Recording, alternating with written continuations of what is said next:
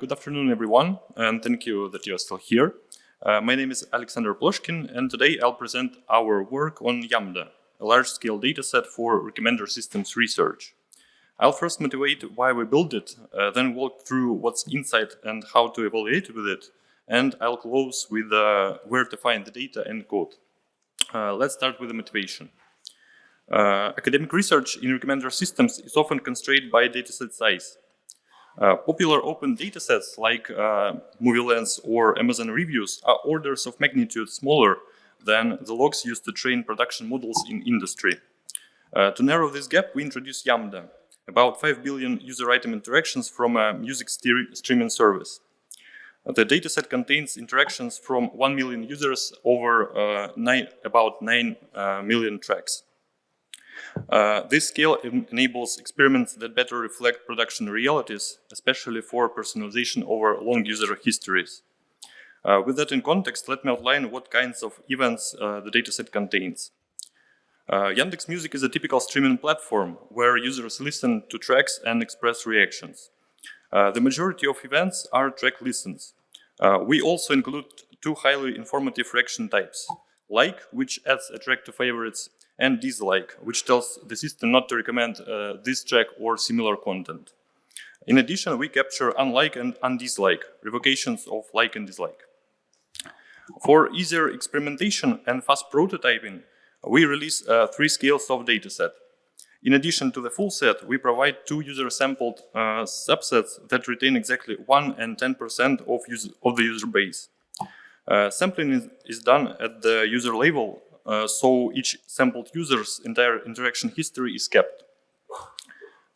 This preserves the overall ratios between event types across all subsets, making results comparable while reducing compute and iteration time. Next, let's see how we collected the dataset. YAMDA covers 10 months of activity. We sampled users who had more than 10 events in this period and filtered out extreme outliers by removing top 0.1% of users of history length. We included all tracks with at least one interaction of any type during the collection window. Users and items are represented by stable anonymous IDs. For each track, we also provide the corresponding artist and album IDs, plus a content embedding produced by our internal neural network.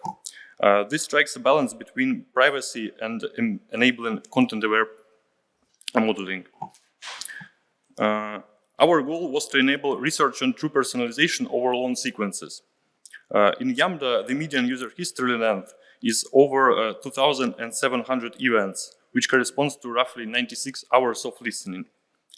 Such long timelines are rare in open datasets and are valuable for sequence modeling, long-term preference tracking, and evaluation of recency versus persistence in taste.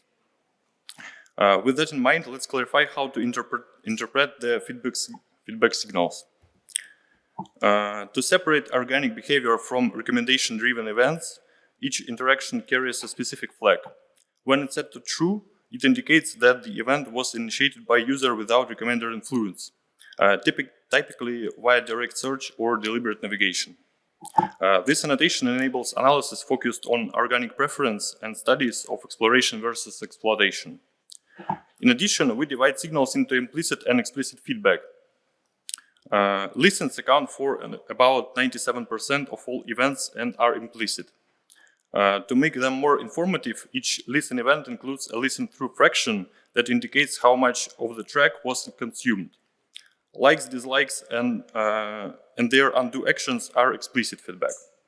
Depending on your task, you can use explicit reactions as labels and listens as context, or train on all signals jointly. To make studies comparable, we also recommend a standard evaluation protocol. For reproducibility, we propose a global temporal split applied across all users. Train set consists of first 300 days of user actions. Gap between train and test sets equals to 30 minutes and is excluded from both sets. Test set includes exactly one last day of logged interactions. The gap emulates the latency between the end of the training window and model deployment, helping to avoid leakage from near future events. Our toolkit includes code to perform this split and compute the metrics consistently. We ran a benchmark spanning both classical and advanced models at a different YAMDA scales. Following a global temporal split, we evaluated with NDCG, recall, and coverage at K. The key trend is clear. As dataset size grows, classical methods plateau and overtaken by advanced sequence models such as SASREC. We release the code to reproduce these results and to facilitate fair comparisons. Let me conclude. YAMDA is available on Hugging Face. The QR code on this slide takes you to the dataset page. Alongside the data, we provide code for metrics as well as training and inference scripts for baseline models. We believe that releasing a dataset of this scale will accelerate recommender systems research, bridge academia industry divide, and set a possible positive precedent for open data sharing. Thank you for your attention, and I'm happy to take your questions. So if I wanted to use this data set, should I assume that for any given recommendation, the candidate set is like all the songs that are known, or is the candidate set changing across the course of when the recommendations were delivered? Yeah, thank you for the question. As I mentioned, it depends on your task. You can use all the tests, and for our protocol, we use all the tracks for evaluation.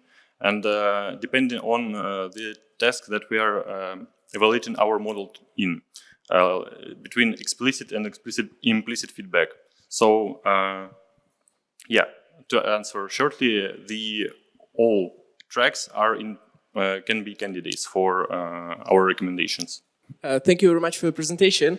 I just would like to remind everybody what Yandex did to freedom of speech in Russia, and it's eventually conducted to war in Ukraine. So thank you very much. What about the demographics of the data? Is the data limited by geographical location? Also, do we know something more about the users? Or is the user, we have the ID? Yeah, users has only anonymous IDs, and I think there is no limitations for geographic, but Yandex Music is primarily focused on in a region of Middle East and some countries in East Europe. So yeah, there is limitations in the user set. Yeah. And have something, because thanks for the data set, and I want to encourage all industry people here to also release data sets. Do you have any hints and tips what to do or what not to do in the preparation before you can release a data set? Because I can imagine you experienced also some challenges. Yeah, that was some challenges to prepare the proper global temporal split and prepare user profiles for inferencing the SASREC models. Yeah, so I don't know. Maybe I can answer this answer more in more details offline. Yeah. Okay. Yeah. Thanks a lot. And there's another question. What do the event types of unlike and undislike mean specifically? Yeah, these events are revocations of like. So you can like and then just decide to not to like this particular track and just revoke your like. And that's different from dislike. And dislike means that you don't want this track in particular or similar tracks to recommend to you in future recommendations. And you, similar to like, you can just revoke your dislike, and that means it's undislike.